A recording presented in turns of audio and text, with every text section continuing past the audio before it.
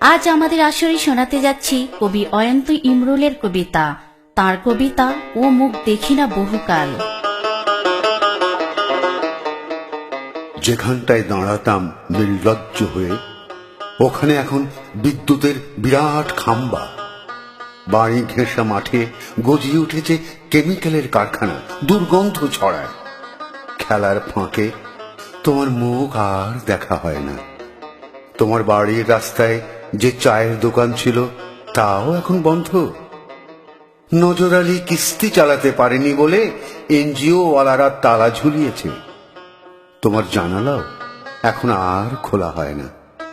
তুমি স্নান শেষে ছাদে আসতে, কাপড় শুকোতে দিতে। এখন বৃষ্টির মৌসুম বলে কি আসো না?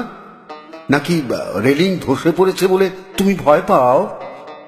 বৃষ্টির মৌসুমে আমাদের ছাদে পানি জমত, শ্যাওলা পড়ত।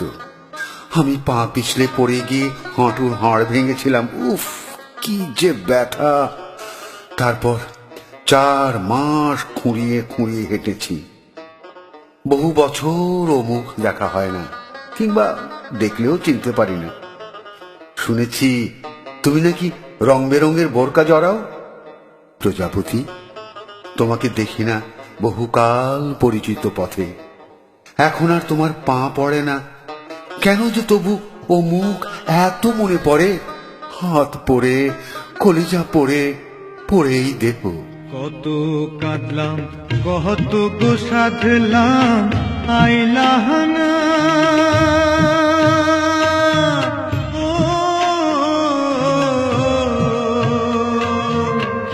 পথের ধুলাই পইরা রইলা। একবার ফিরা চাইলা।